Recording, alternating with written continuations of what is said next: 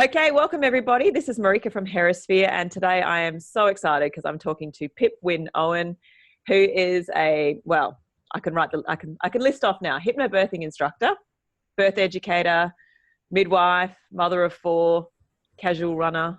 Anything else I missed in there, Pip? Oh, that's about it. That's a pretty good list.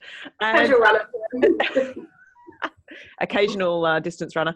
Yeah. And I've asked Pip to come today. She's based in Perth as well, and we did consider doing this in person, but it, strangely enough, is technically easier to do it over the computer.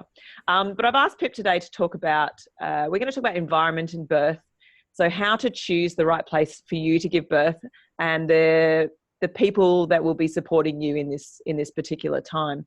And the reason that we are doing this talk today is we talked about it probably 6 months or so ago.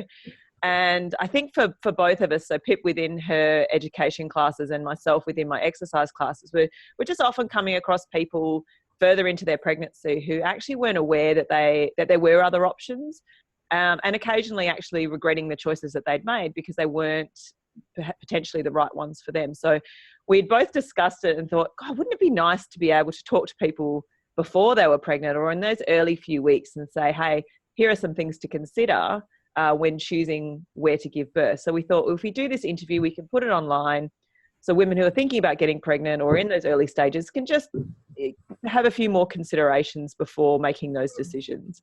And before we do this and go into some of the options, of course, for those of you that are overseas in other countries, you know, you need to do your I hate saying those words, due diligence and investigate what options are suitable for you where you live. We're obviously going to talk about many of the options available in Australia, which are pretty similar in other Western countries. But obviously, wherever you are in the world, you're going to need to go and investigate what you have around you. But before we crack into those options, Pip, can you tell us, you know, why is the environment so important when giving birth anyway? Yeah, look, it's really crucial that you do choose an environment that you feel safe in. You know, bottom line, you must feel safe where you give birth. If we don't feel safe, we don't birth well. So you need to pick somewhere that you feel safe. So for some people, that is home. You know, the home is really cozy and safe. And for some people, that's hospital, and that's fine. But you need to really start thinking about, where am I going to feel safe? And possibly have that discussion with your partner as well. I always think it should be the mum's ultimate choice because it's her safety that needs to be considered, or her feeling of safety that needs to be considered, but where he's going to feel safe as well. So, but yeah, I think that is absolutely it, the bottom line, because if we don't feel safe, we don't birth well. And what happens when we don't feel safe? What happens to, for instance, those birthing hormones? Yeah, well, we go into fight and flight. You know, we haven't evolved out of that very primitive survival instinct, which is fight, flight, freeze, which is what most women go into, or appease. So an appease is the bit, you know, so we're going to actually try and calm that saber-tooth tiger down. We're going to offer it food. We're going to try and, you know, make sure everybody's calm.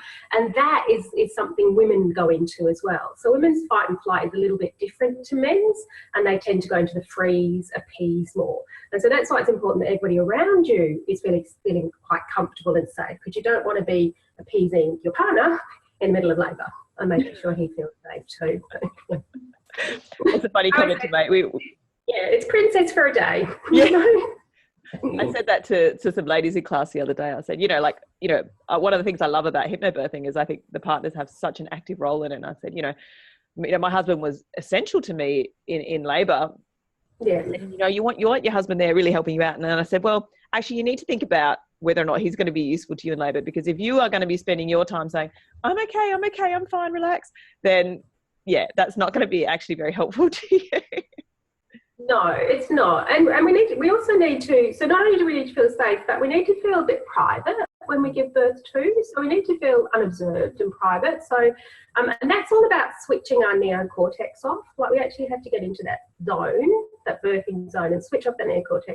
And if we're in fight and flight, if we're trying to make sure everybody else is okay, we're not just switching off and just birthing. So that's, it's really important that you just sort of say, no, this is all about me. And if your partner, I just think you should have really honest discussions. And if your partner thinks, no, and they haven't done a hypnobirthing class, because if they've done a hypnobirthing class, they'll be fine.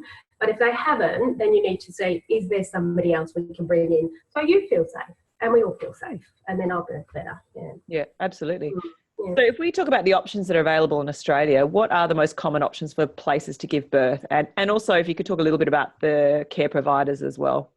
Yeah, so we've kind of got 4 settings in Perth and Australia, and as you said, most Western countries have these options. So we've got home, you can birth at home. We've got birthing centres. In Perth, actually we do have a standalone birthing centre, but we also have a birthing centre that's attached to a tertiary hospital. So there are differences in those. And then we've got the public system or the private system. So if we birth in the home, you birth with a midwife. So your midwife is your primary care provider. It's midwifery-led care. You get a lot more continuity of care if you've, you know that midwife. We've got a couple of different programs in Perth, and again, most of Australia. So we've got what's called the community midwifery program, and they can do births in your home, and they are sponsored by the government. And then we've got independent or privately practicing midwives, so they can be at home with you. But both the CMP midwives and privately practicing midwives can actually go into other settings with you as well. So if you've employed an independent midwife, a privately practicing midwife, I like to call themselves now, then she can birth up with you at home, or she can birth with you in a birthing centre, or she will have some visiting rights to some of the hospitals around Australia that, again, different in different states, but it'd just be something you need to ask them, which hospitals can you go and birth with them. So even if you're birthing in a hospital, you still have choices. So you choose a hospital environment because you feel safe there and that's where you want to birth, but you can still employ an independent privately practicing midwife, or as I said, the CMP will birth in hospitals as well. So you can still choose that. If you're birthing in a public hospital, you could choose what they call shared care. So you can actually see your GP for the antenatal care, and then birth in the hospital. If you're birthing in a private hospital in Australia, then your only option as your primary caregiver is a private obstetrician. Mm-hmm. I would love to see the day when that changes, and you can also have midwifery-led care in a private hospital. We choose these settings for different reasons, and sometimes we don't realise that because we're choosing a setting, we're choosing a birth provider as well. So do you find that many of your clients typically find out about their options via the GP? Because I've asked a couple of ladies, and they'll often sort of get pregnant, go to the doctor, go pee on your stick, go to see the doctor. The doctor will give them a pamphlet of the local hospital, or they'll say, have you got private health insurance? There's the local private hospital. If you don't have private health insurance, there's a public system. And I think often they're not told about those other options. Do you find that that's the case as well? Oh, absolutely. And they go in, they say, I'm pregnant, and they say, oh, which obstetrician do you want to see? Oh, you haven't got private health. Yeah, that's which. And in fact, in Perth, it's actually about postcodes. So which postcode are you in? Well, that's your public hospital that you need to go to. And they do, I think GPs do have a responsibility to provide more information than that. I think there's lots of assumptions made, like that, so that GP assumes you want an obstetrician, or, the women just assume that's what you do. Yep. About 3 years ago, don't quote me on dates, in Perth, they tried to get a petition going that was sort of going to mandate that GPs did have to present all women that turned up to them with a pamphlet. They never say anything, they just had to go, oh, here's your birthing options. Mm-hmm. And within that pamphlet, it was actually all outlined, all the different options were outlined. They produced the pamphlet. They were just trying to make it mandatory that GPs presented that to women. It didn't go anywhere, unfortunately, but that was a really good start. If the GPs just go, oh well, I have a pamphlet, go away, read it, come back, and we'll see who you can, or possibly in the waiting room. Oh, you're pregnant, you're here for you. So she's had a read, and then she can go in and say, oh, what about these other options, and have a discussion about it. As I said, didn't happen. I'm actually really quite excited, Marika, because I was on a Facebook group the other day, and somebody just said, oh, who's the best obstetrician? And then all these people went, oh, have you considered your other options? So that was actually really interesting that, women are hearing about different options now. Yep. So they've got, and it was actually very non-judgmental. It was just, do you know your other options? And here's the other options in, it was actually a Perth group, here are your other options in Perth. So that was really, oh wow, that's really exciting. That's, you know, so we don't have to rely on GPs to do it. We can rely on social media, and we can rely on a sort of interview like this with people to just become aware that they do have other options. Yep. And that they're completely safe. And I think that we probably need to get that information out, that it's actually, if you're a low risk pregnancy, you're probably better off with a midwife, because they are the experts in low risk. And then discuss, well, what does it mean if I become high risk? Oh, well, that's okay, because there's these obstetricians, lovely obstetricians, who are going to care for you beautifully if you do become high risk. Yep. What sort of things do you think women need to consider when choosing where to give birth? So if we talk about their own internal sort of beliefs and their personal situation, and also, you know, what is available and what the different places actually offer for them. Yeah, well, you're right. You know, so they have to have a think, and to really think about how they picture their birth and what they want from their birth. And if they want a natural birth, if they want a normal low risk natural birth, then they need to realise that they're more likely to get that with a midwife. You know, the statistics are there. You know, if they look at the statistics, you're more likely to have intervention if you do go and see a private obstetrician in a private hospital. So they need to sort of think, well, what is my idea of birth? And does that include a water birth? You know, I've had clients who say to me, you know, at 36 weeks pregnant, oh, I didn't, you know, that they actually thought they were going to have a water birth in a private hospital. And they didn't realise that wasn't an option. Yeah. So to say, well, if you want a water birth, where is that an option? And where is that a reality? Because some places say they do water births, but, you know, then you've got to say, well, how many do you do? And what are your exclusion policies? And, you know, and on the day, what happens, you know? And I always tell them, like, so you get this lovely vision in your head of the birth you want. And yes, sometimes things deviate, but you know what? It's okay to change your mind too. You know, so you have this picture that you're going to have this home birth, water birth, and then suddenly you don't feel safe and that's not what you want. It's okay. Or you're in a birthing centre where, yes, the majority, you know, our birthing centre here, the majority are water births, but you're suddenly there and you go, no, I don't feel like getting in the water. It's okay. Yeah. You have to. Yeah. You can change your mind. Yeah. It's not etched in stone, ladies. No, it kind of is the other way. So if you're in a system where there is no water birth, then that's not an option, and it's just not an option. So you want to pick somewhere where everything's an option. You've got everything's an option, and so that on the day you can work with what you want to work with.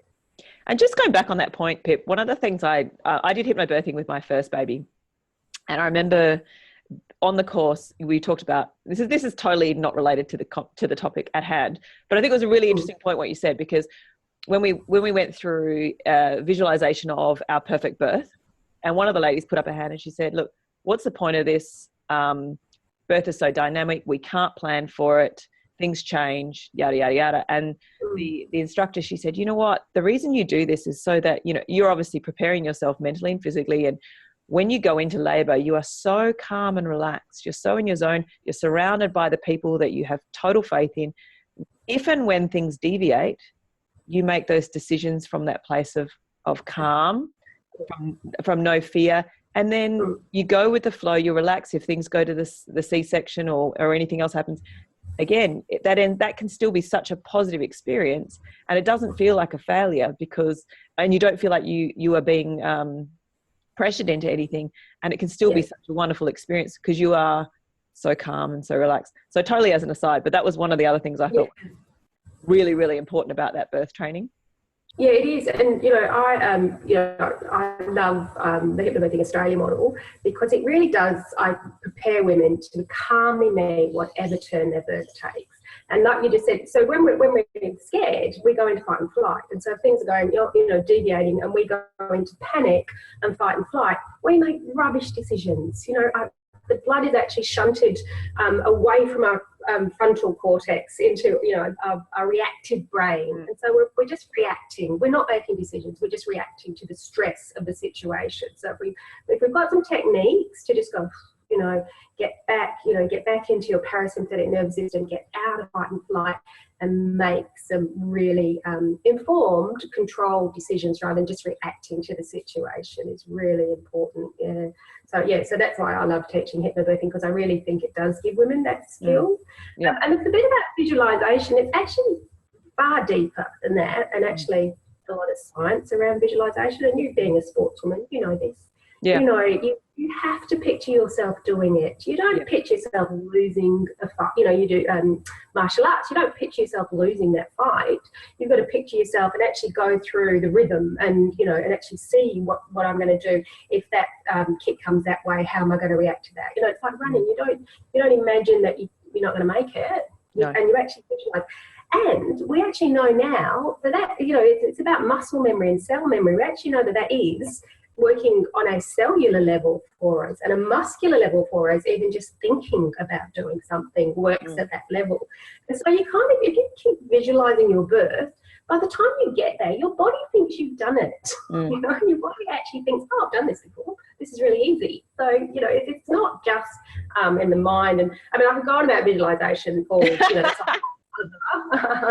interview, because it also actually lowers our pain when we visualize, you know, because of the way the brain perceives pain, and all those little centers in the brain that are actually multitasking, and one of the ones multitask with pain and vision. And so if we actually use visualizations, then we're giving the input that we're giving that section of our brain, and it lowers our perception of pain. So, you know, visualizations.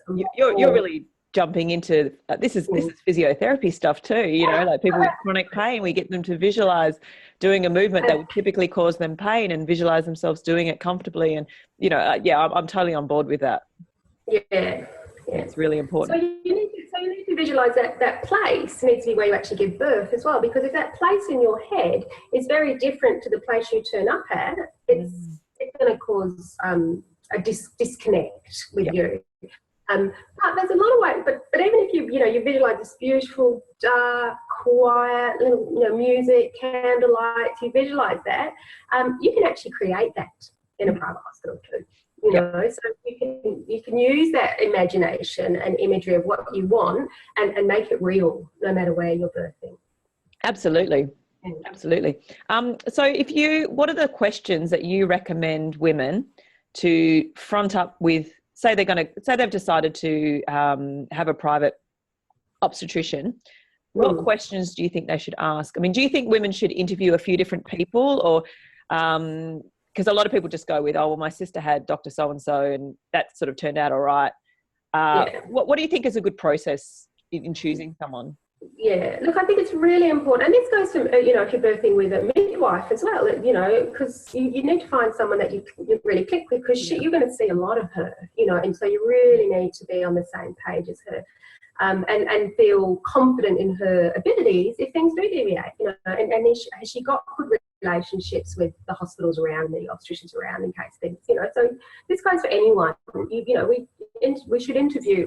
This is really, really important. And the people we invite into this space should be people that we feel deserve to come into our space when we're birthing. So I think the first thing you ask anyone is, what's your philosophy on birth?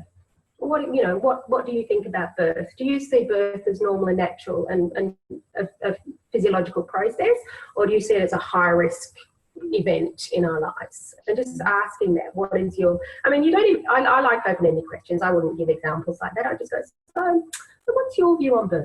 You know, and what do you consider a normal birth? And normal's quite interesting, because normal has changed. You know, if you're giving birth in a private hospital, normal is actually now caesarean, because, you know, we've got over 50% caesarean section rates in some hospitals. So that is actually now the normal. Or, so what is normal? And do you actually believe in natural childbirth and the natural physiological function, those hormonal functions we were talking about before? You know? And then I would always ask, and again, no matter where you're birthing, ask them around their policies around induction. You know, how overdue is overdue? And everywhere's got different, you know, there's different policies on that everywhere. But if you go to a private obstetrician and their policy is for due date, you know, I induce on your due date. I mean, again, that's a whole other webinar, and we can do that. But, you know, and I know we've talked about this a lot, but, you know, if that's their policy, you need to know that up front. I had a client and she went to her obstetrician on her due date, and this obstetrician didn't induce on the due date, but she induced 4 days later. And so she said, okay, it's your due date, let's book, getting out the paperwork, let's do the induction paperwork for 4 days down the track. And my client went, oh no, why are you doing that? And she said, oh, because that's my policy. And she said, oh no. And so that obstetrician, they ended up negotiating 41 weeks. So she negotiated a week past her due date. But that obstetrician actually said to her, that's my bottom line. And if you want to go past 41 weeks, you need to find another obstetrician. Now, I'm actually fine with that. You know, I'm fine with obstetricians having policies, but let's tell people first. Let's tell at the very meeting, this is my policy. Not 41 weeks telling you go find another obstetrician. You know, which, you know, that's, not fair. And then you can see that woman going into that labour doesn't feel safe anymore. She doesn't feel like she's on the same page with her obstetrician anymore. So you need to get right at that very first meeting, whoever you're birthing with, just check you're on the same page. So yeah, just having a chat around induction. I mean, you can ask even some more things like, you know, what's your caesarean section rate? Like, I highly recommend people ask that. And again, whoever you're birthing with, what's the caesarean section rate? And why? Why do you think people need caesareans? And, you know, people, obviously age is a big one for now. A lot of people think you need to have a caesarean section when you get over 40. Big babies, you know, you can have a think about what you think about that. Breech. So if you're with a care provider who, you know, if you get to 37 weeks and your baby breech and you don't have any options, what are you going to do about that? And again, you know, some people will be fine. Okay, no, that's fine. I don't want a breech vaginal delivery, so that's fine with me. But other people go, oh no, I might want a breech vaginal delivery. But if I'm with you and that happens, I can't have it. So I've just limited my options. Again, that happened to there's actually a sister of somebody I know that happened to her. And she got to 37 weeks, breech, tried, you know, did all the things. That baby didn't turn, really wanted a breech vaginal delivery. And to her absolute credit, her obstetrician said to her, I'm not comfortable with that. And which is, you know, absolutely her prerogative. I'm not comfortable with that, but here's an obstetrician who is. So she didn't just say, go find another obstetrician. She went, oh, you know, that's not what I do, but I know someone who does. I'm not the best person for you, but I can find someone who's really good for you. Yeah. And actually organise that transfer. So that I was, you know, that's fantastic. I'd have a chat about, you know, this whole timing of labour. Do you, what sort of time limits do you put on the different stages? You know, for some obstetricians, you know, think you should only have an hour-long second stage, and we now know it's actually completely safe to have 3 hours. Possibly 4 hours. So, you know, just check, you know, that there's not going to be any time limits. If you're okay and your baby's okay, are there any time limits to birth? You know, so have a ask about that. A really good one, and again, no matter where you're birthing, just say, do you think delayed cord clamping is important? And just sit back and wait and see. Are we calling it it's optimal now, isn't it, Pip? Not delayed. Optimal. Sorry, optimal cord clamping. But you know what? If you're dealing with an older obstetrician, call it delayed, because that's what he'll call it. You know, so give him some leeway. But yeah, optimal cord clamping. What are your thoughts on? Or you could say, what are your thoughts on leaving the cord until it starts pulsating? Because that's what we really want. And just see where that goes. You know, because some people don't. That's a lot more. That's just growing. A lot of places that is standard policy now, but a lot of places it's not, and it's something you might have to negotiate. What position do most of your women give birth in? You know, and that's a really good one. So just saying to your obstetrician, look, what position do most of your women give birth in? And if they say, because there are actually still some obstetricians out there who insist that you go on your back to give birth. And if you haven't asked, you don't know that that's their policy. And that can happen to you in the middle of labour. And if someone says to you, lie on your back, guess what? You're probably going to do it. So you just need that conversation beforehand. I would always ask, have a bit of a chat about placenta delivery. You know, what's your management around delivery of the placenta? Because that oxytocin drug is pretty non-negotiable for lots of places now. And again, you can do your reading around that then and decide what you think is the way to go. But if you're going to a private hospital, it's actually quite a non-negotiable. So you just need to know that's the system. I would ask whether they work with doulas. Again, anyone you're birthing with, do you work with doulas? What do you thought about doulas? And again, you can learn a lot from that, the answer to that question.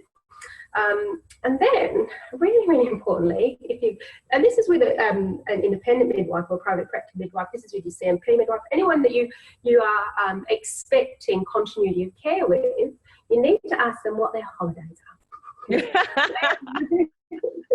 Are you going to be here for the next 9 months?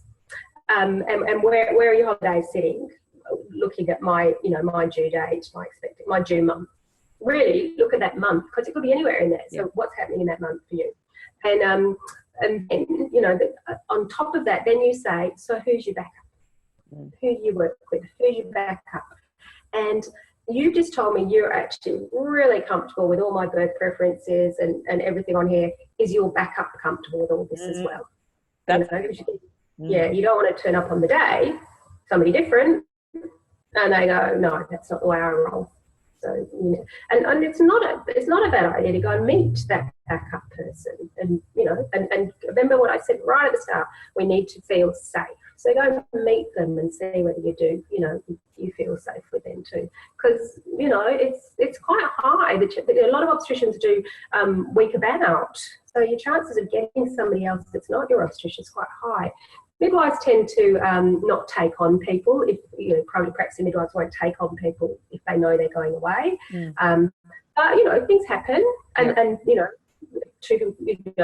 don't tend to have two clients going to birth at the same time. But anything could happen, and so you want to meet that backup midwife that she has as well, and see if you feel that connection with her as well. So that's I think that that's a really good first meeting. Yeah. Questions. You probably want to say to them, I was thinking about this in a couple of ways you could do this, because you've got a 15-minute appointment. So a couple of ways you could do that is say, I want a longer appointment because I'm going to ask you all these questions. But some obstetricians charge for that first consult. Privately practicing midwives in Perth will do it for free, so you go and you just you're on the same page. But some obstetricians will actually charge. So you want to even send in the questions. Or talk to his midwife. Say, can I talk to you? I love because I do the hypnobirthing course, and so my clients can just ring up and go, "We're hypnobirthing. How's that with you guys?" Because they know what that means now, and they know and understand that means you're aiming for as natural a birth as possible, and so that cuts things really quite simple. And if they say, no, we're fine with hypnobirthing, then you go into all the other questions. Sure. But maybe it's even a conversation to ring the receptionist or the midwife and say, have that conversation, because you don't want to be paying $600 and then decide you don't want them. In 5 minutes, want to walk. $600 is a lot in the scheme. Yeah, that's right. Do you think there's any particular things that it's just say you wanted to hire a private midwife to have a home birth? How would you investigate, or what sort of questions do you think would be worthwhile asking them in terms of things like when to transfer into hospital, what kind of equipment that they have, or is a lot of that quite standardised? It is standardised, but we don't know that. Lay people don't know that. So absolutely, go and say, well, what happens? What happens if I need more complex care? And as I said, we're getting to a point in Perth where the midwives are getting really good relationships with some of the obstetricians in the public hospitals, so they will transfer care to them quite easily. But stay with you, and that's another thing to ask. Well, if my care does get more complex and I do need the input of an obstetrician, or possibly an obstetrician on the day, what's your relationship? Will you stay with me? Will you still be almost like a birth support, or they can stay with you. Even if you need a cesarean section, can that midwife stay with you? They can, and then of course they'll do your aftercare anyway. So it's nice if they can be there no matter what. And absolutely. So what happens if my baby needs resuscitating in a home birth? They actually do have all the equipment and it's fine. But for you to feel safe with that decision, ask what it is that they've got to help you in that situation. Yeah. And they'll always have 2 midwives for home births? They will, in Australia. But I was just reading Sarah Wickham's Facebook page, and they're actually in Norway. They're actually losing their funding for the second midwife, and Right. that's not a good thing. We do need two. Yeah. Two midwives at the actual birth is usually the setup. Yeah. Yeah, I know in the UK, I had always had two midwives for the birth, and their sort of philosophy was obviously one for mum, one for baby. And, in case anything goes wrong, you've always got that backup. So what happens? Just say somebody is, this has actually happened to a client recently who got to about 24 weeks, had an appointment with her obstetrician, and then just realised that they were not gelling. He had different ideas to what she envisaged.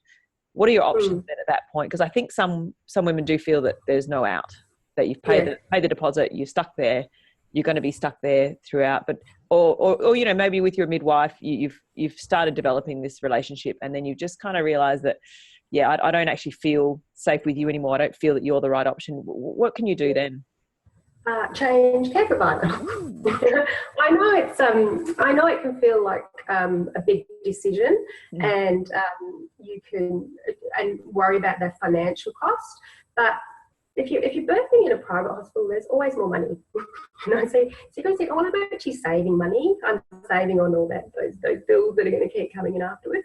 But yes, and this is actually really, really important. The birth of my baby, getting this right, being with the people I need around me is actually much more important than the money. And I think that's where we need to realise. Sometimes it's the partner going, but we paid all this money. And sometimes we need to be a bit strong and say, but my birth is more important than that. It was actually somebody that was just Facebook messaging me, just having a conversation. And she was actually going for vaginal birth after a cesarean, and this is something she really, really wanted.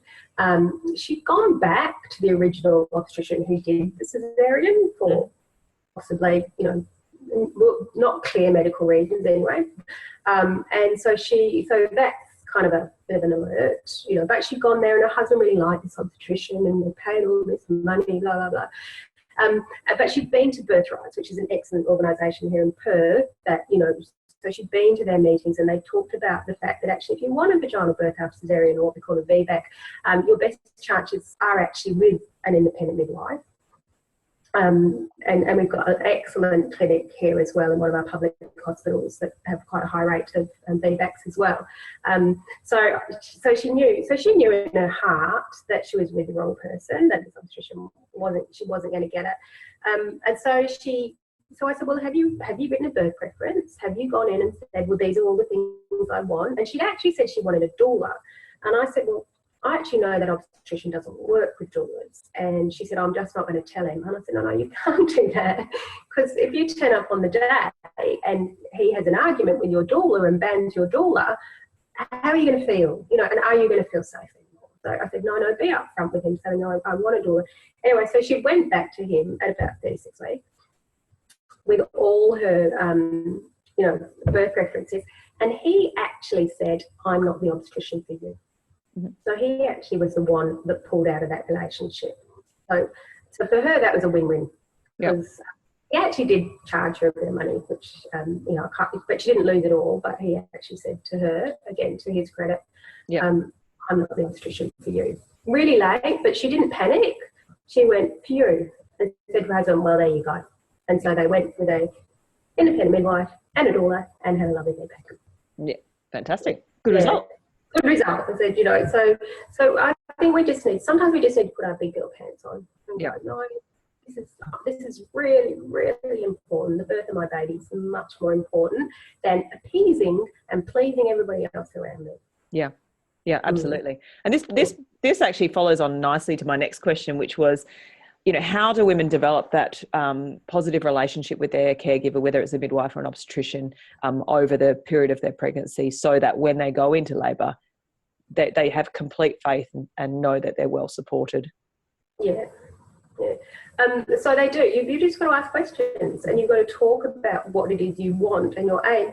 And I think if you're choosing a private obstetrician, and there's beautiful ones out there, they're lovely ones, and so you go, no, I'm comfortable with this private obstetrician. But I want, I'm hypnobirthing and I want things to happen a certain way. I'm gonna negotiate fetal monitoring. I am gonna negotiate. And he realizes I'm gonna negotiate because I'm hypnobirthing.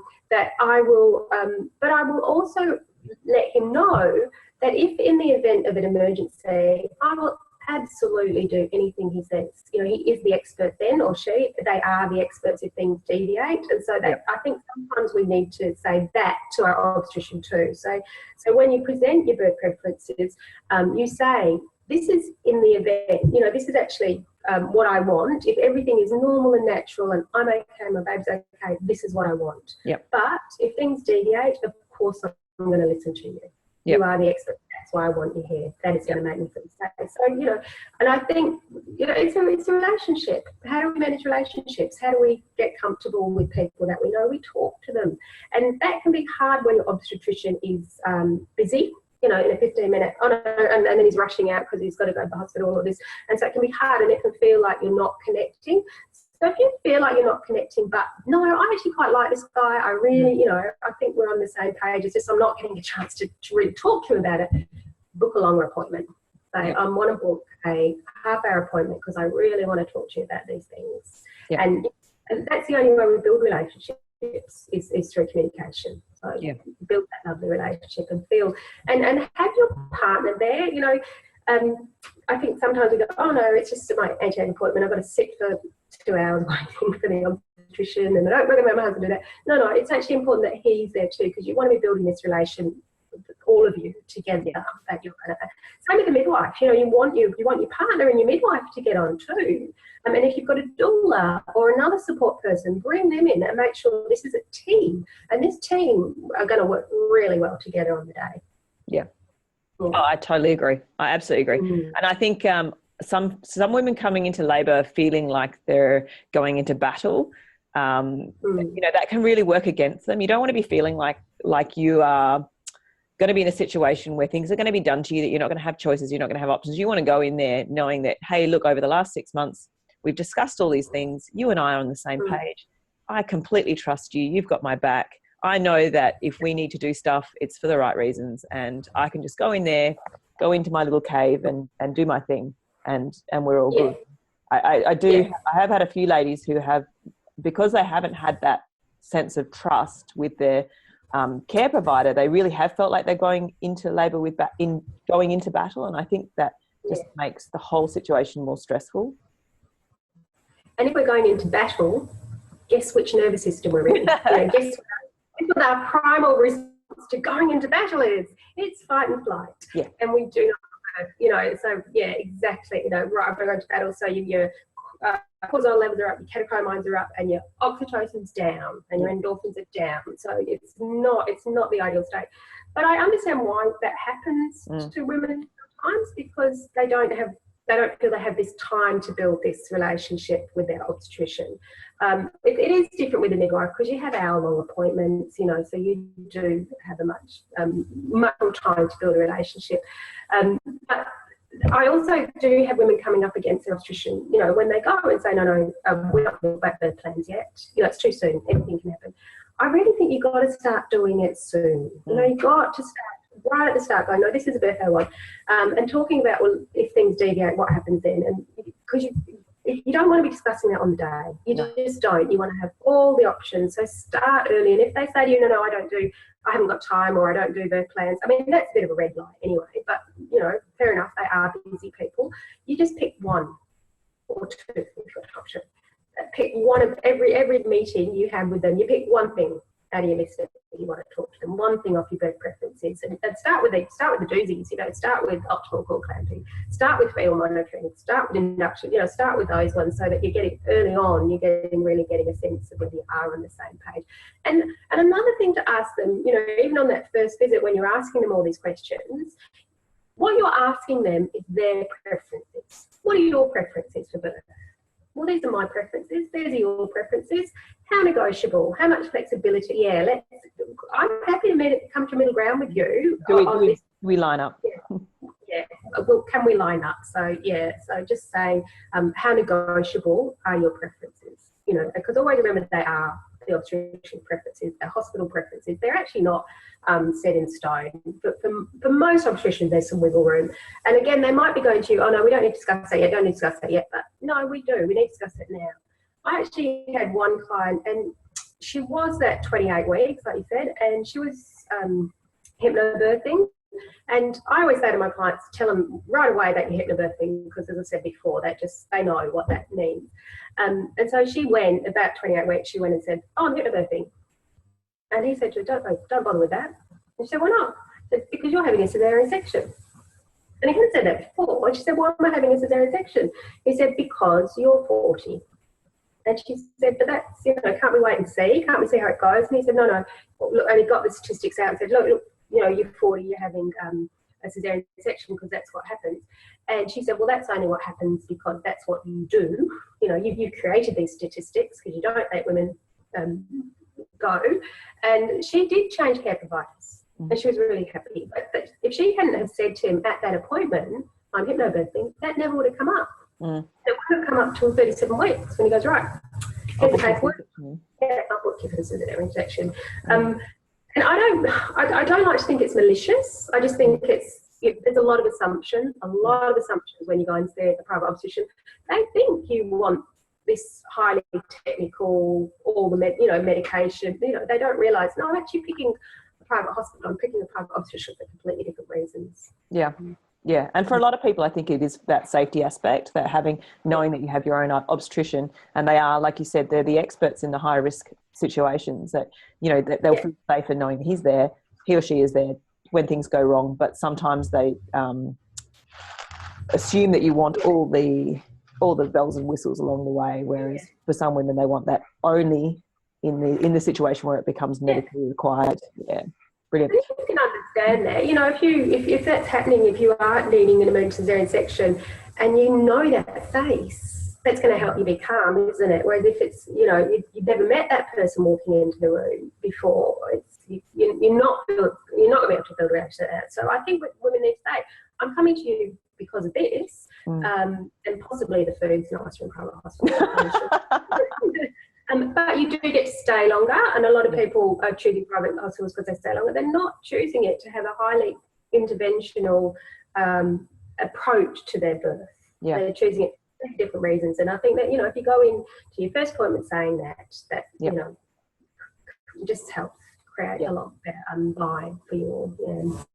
Absolutely. Well, I think we've covered all the things that I was hoping to cover. Pip, did you have any closing remarks or any other tips that you would want to give to your mums to be? Yeah, no, I think we've run through it all. I think this should be a blog. I should, those top tips. But you can find those. Oh no, I did actually want to say that I did do a little bit of research into how else do we find out this information. And you know what? There's a really great website in WA called healthwa.gov.au. Yep. And you look at their healthy living section of that. So it's quite hard to find. I'll probably send you the link, Marie. Yeah, okay. It's actually quite hard to find. But if you put in birth options Perth, I'm pretty sure it comes up on there. But it does. It lists all your options in a very non-judgmental way. There's all your options. I know Queensland have a really good site. So giving birth, having a baby in Queensland, I think it's called. And so it is there. It is there to look for. It's a matter of doing your research, I guess. Yeah, fantastic. I did mean to jot those down an awful lot. Yeah, that's all right. I'm just writing down the paper so I can look later. Yeah. I mean, sometimes it's hard to find them. When going through Google, it's quite hard to find. But there is some really good information out there. Brilliant. Now, Pip, you obviously run your hypnobirthing classes in Perth and your Birth Savvy, and I've actually seen you've been doing some breastfeeding and parenting workshops as well. Just tell us a little bit about what you're up to in your businesses. Yeah, well, my core business is Hypnobirthing, the Hypnobirthing Australia program, because that's just going, people are just hearing about that. It's just getting some fantastic results.